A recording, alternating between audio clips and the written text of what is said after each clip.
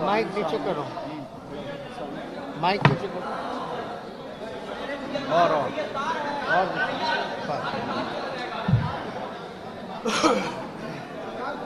Hello.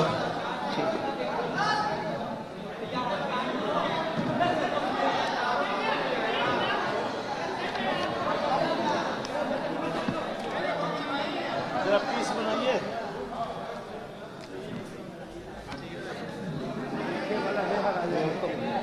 ये बाद में नहीं, मेरे तो बाद में। अच्छा,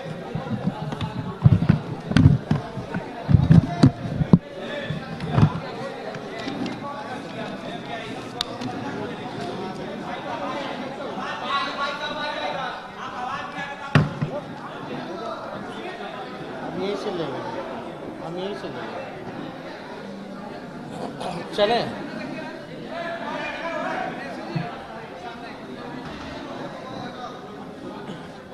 सभी इलेक्ट्रॉनिक और प्रिंट मीडिया के हमारे सभी दोस्त, आप सब लोगों को यहाँ आमंत्रित किया गया।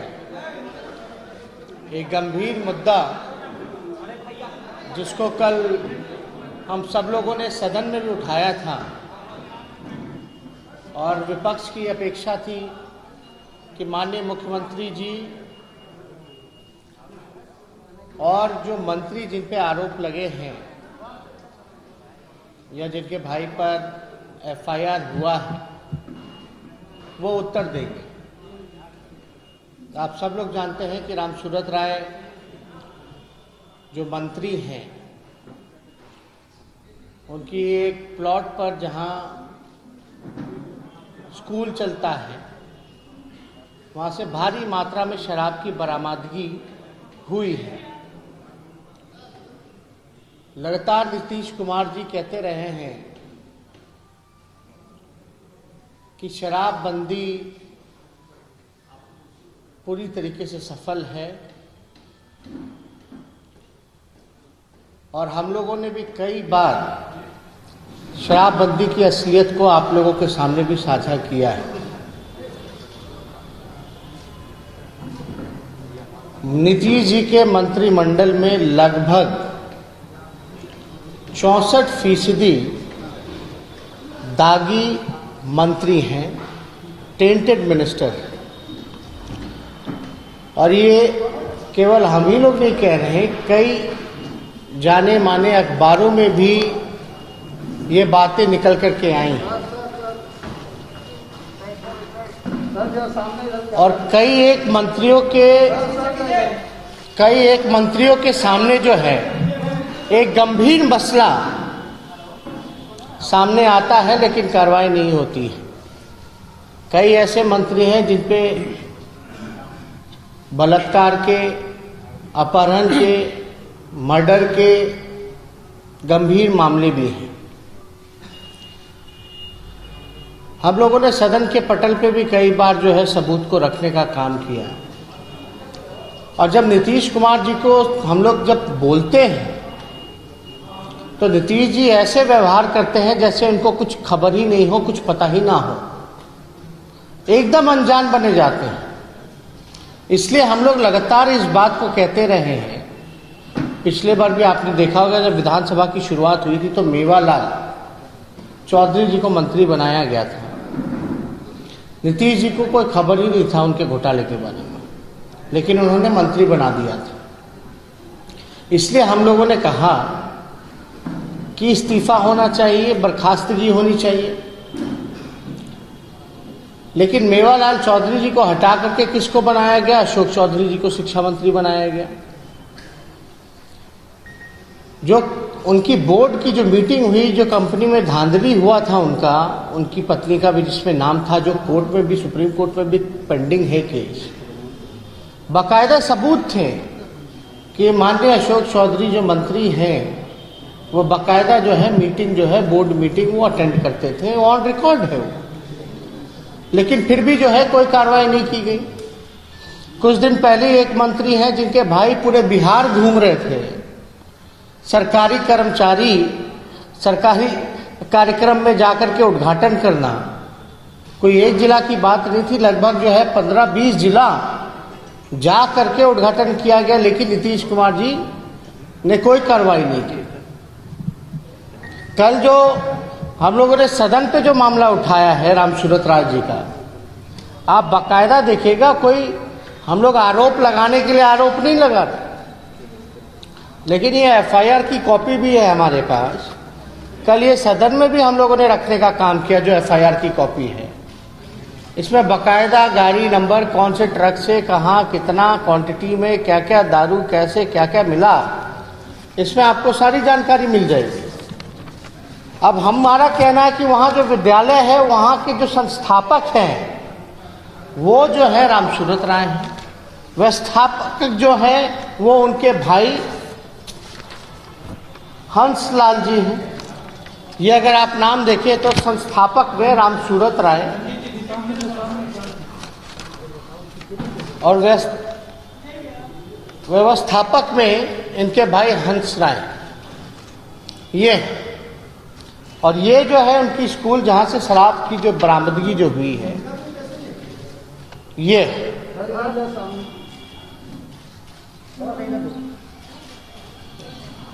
तो हम लोगों का ये कहना है कि जब सब कुछ है, सबूत है, सब कुछ है,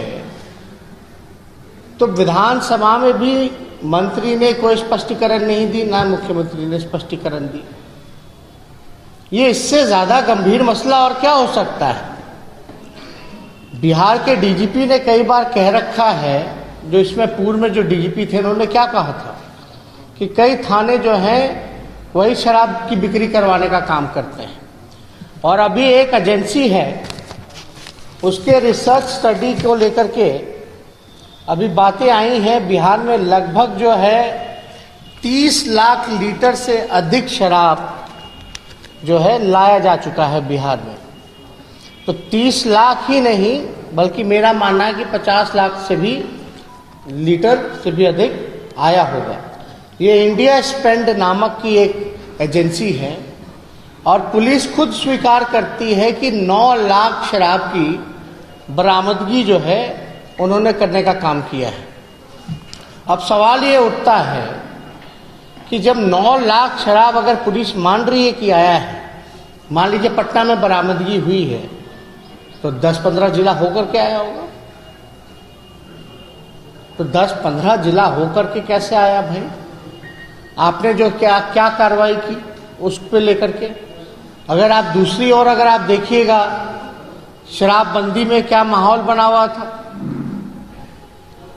कि जदयू के कई ऐसे विधायक हैं जो शराब के नशे में ठुमके लगा रहे थे, बार बालाओं के साथ नाच रहे थे, जो जदयू के एमएलए थे। हम सब ने भी देखा है, आप लोगों ने भी देखा है, लेकिन अब तक जो है क्या कार्रवाई हुई है? यह गंभीर मसला है। यानी कंट्रोल किसका है? पूरे एडमिनिस्ट्रेशन पे कंट्रोल है नीतीश कुमार जी का, पार्टी में कंट्रोल है नीतीश कुमार जी का, सरकार में कंट्रोल है नीतीश कुमार जी का, लेकिन किसी पे भी कोई कार्रवाई नहीं कर रहे। कौन नहीं कर रहा?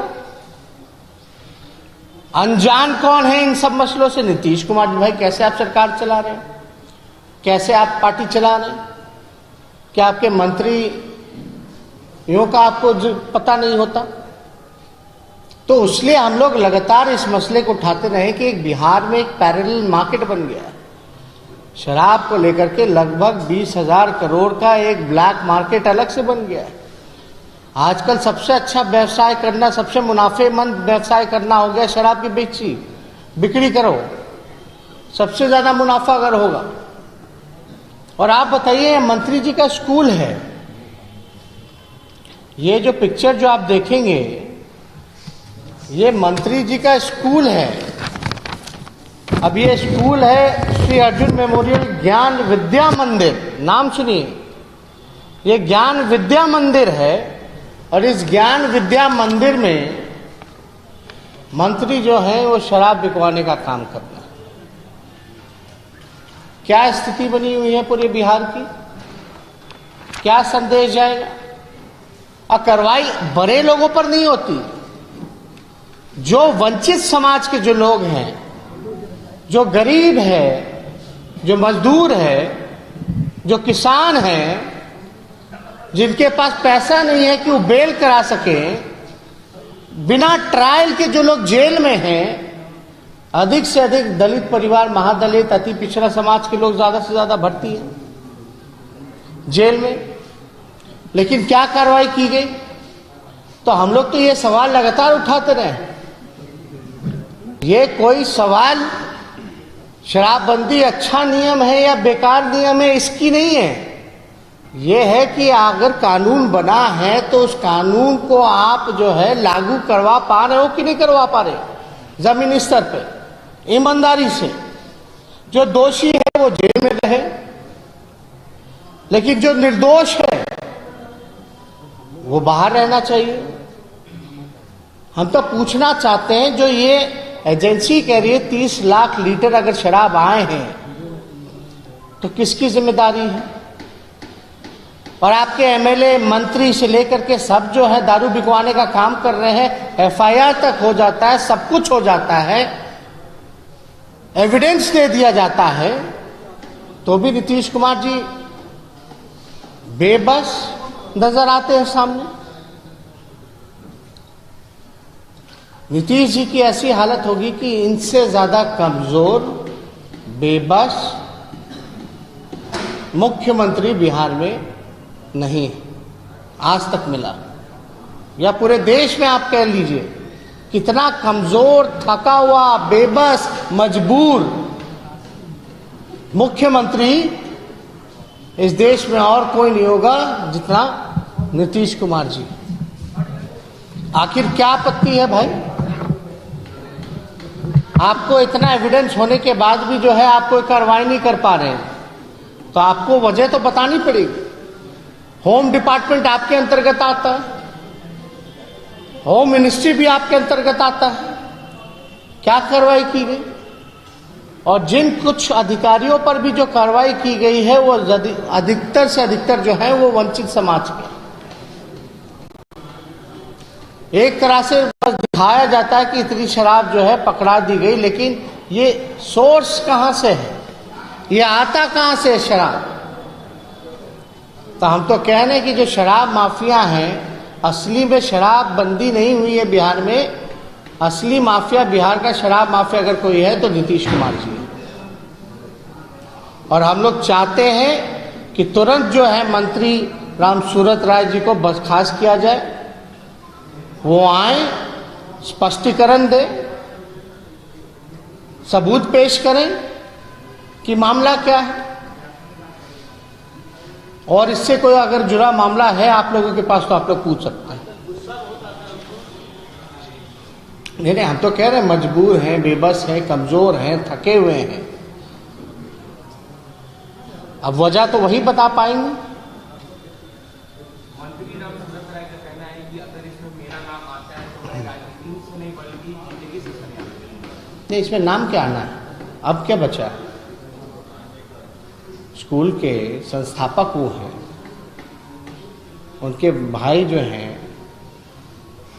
उन पे एफआईआर है, और क्या आपको चाहिए?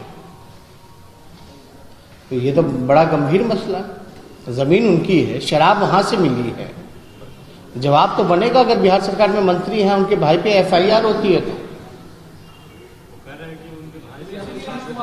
अरे कहने और तो कागज हाउसवा में कहते हैं, जरा विधानसभा में सबूत के साथ कह रहे हैं कि कोई किराएदार है, किसी को किराए पे चढ़ा। एग्रीमेंट आप देखे हैं, हम देखे हैं, आप मान लीजिएगा क्या बोलने से।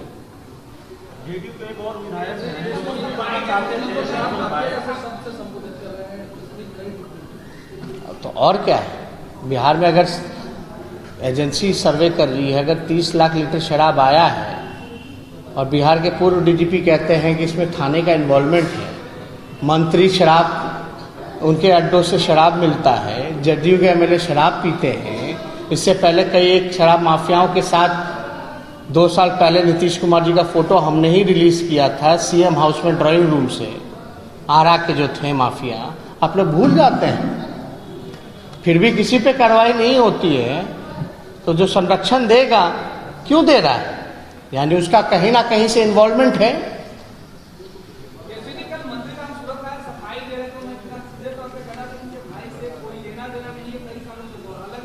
अरे कहने पे आप लोग क्यों जाते हैं भाई? वो आपको चैलेंज कर रहा है। लिखतंग के आगे बकतंग काम नहीं ना करता है। वो चैलेंज दे रहे हैं कि तेजस्वी यादव ऐसा ऐसा चैलेंज देते रहे ना भाई, हमको क्या चैलेंज कर रहे हैं? उनको तो स्पष्टीकरण एविडेंस आपको दिखाया, कुछ कागज दिखाया। उनका कहना था कि आरजेडी के वो नेता और विधायकों से पूछवा लें। अरे आरजेडी के नेता इसमें क्या बताएंगे भाई? वही बताए ना, उनकी जमीन है, जमीन उनकी है कि नहीं है, उनके पिता के नाम पे है कि नहीं है, उनपे भाई पर एफआईआर है कि नहीं है, वो बिहार सरकार में मंत्री हैं कि नहीं है, वो इस संस्था के संस्थापक हैं कि नहीं है, इस विद्यालय के, और क्या बचता है? तेजस्वी जी, सदन में जवाब नहीं आया क्या? इस मामले को लेकर आप सड़क तक जाएंगे अपने कार्यकर्ताओं को उतारेंगे? नहीं, हमने कहा एक आध मंत्रियों की बात नहीं की। हमने कहा है नीतीश कुमार जी के मंत्रिमंडल में लगभग 64% मंत्री जो हैं वो दागी हैं, जिनपे कई पे गंभीर मामले भी चल रहे हैं। और यही नहीं, मेवालाल चौधरी का नीतीश जी को कहाँ पता था? मुकेश सहनी जी का भाई उद्घाटन फिरते चल रहे हैं, वो कहाँ पता था? अशोक चौधरी जी का कहाँ पता था? और जितने 64 मंत्री बने हैं, ये तो बाकायदा एफिडेविट ना देते हैं, फिर भी मुख्यमंत्री को नहीं पता था बनाने से पहले। वो तो एकदम अनजान हो जाता है, अरे हम कहाँ पता है हमको।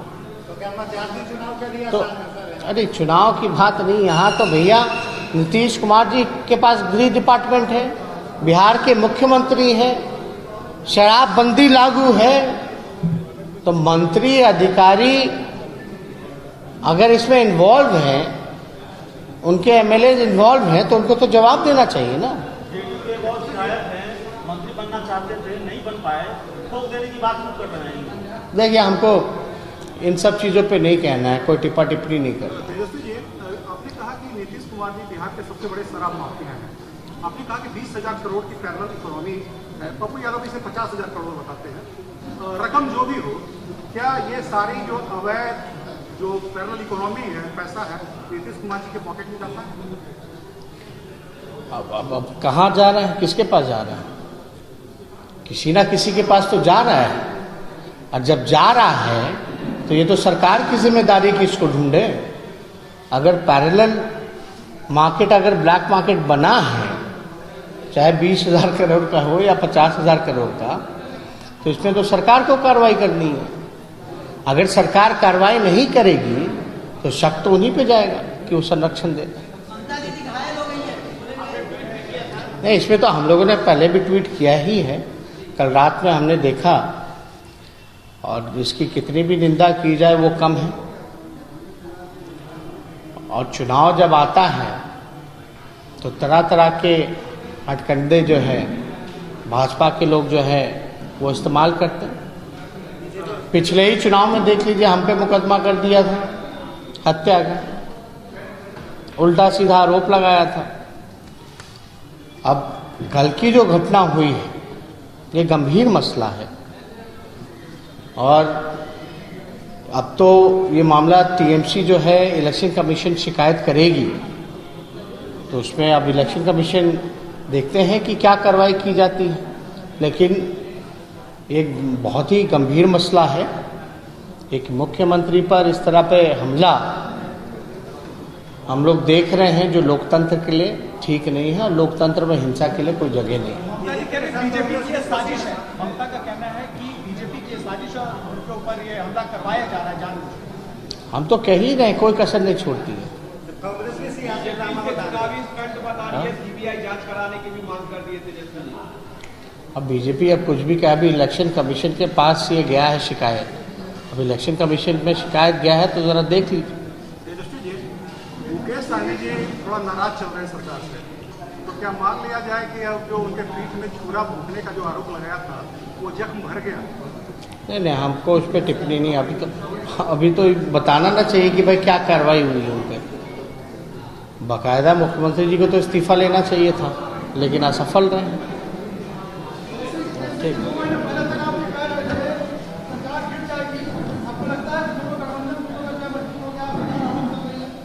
कहाँ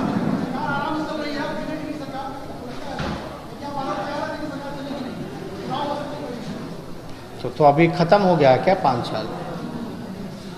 अभी थोड़ा इंतज़ार कीजिए, तो बाद में इस सब चीज़ों पे चर्चा करेंगे। लेकिन पहले ये मसला इतनी गंभीर है, हम लोग तो चाहेंगे कि भाई जा करके आप लोग भी थोड़ा सबूत ढूंढिए। आपके सवाल, रालोसपा के जदयू में शामिल होने की बात कही जा रही है। रालोसपा मजबूत होगी, जदयू मजबूत होगा, कयासों पे अभी बात नहीं किया जाता जब तक पूरी तरीके से ऑथेंटिक न्यूज़ बात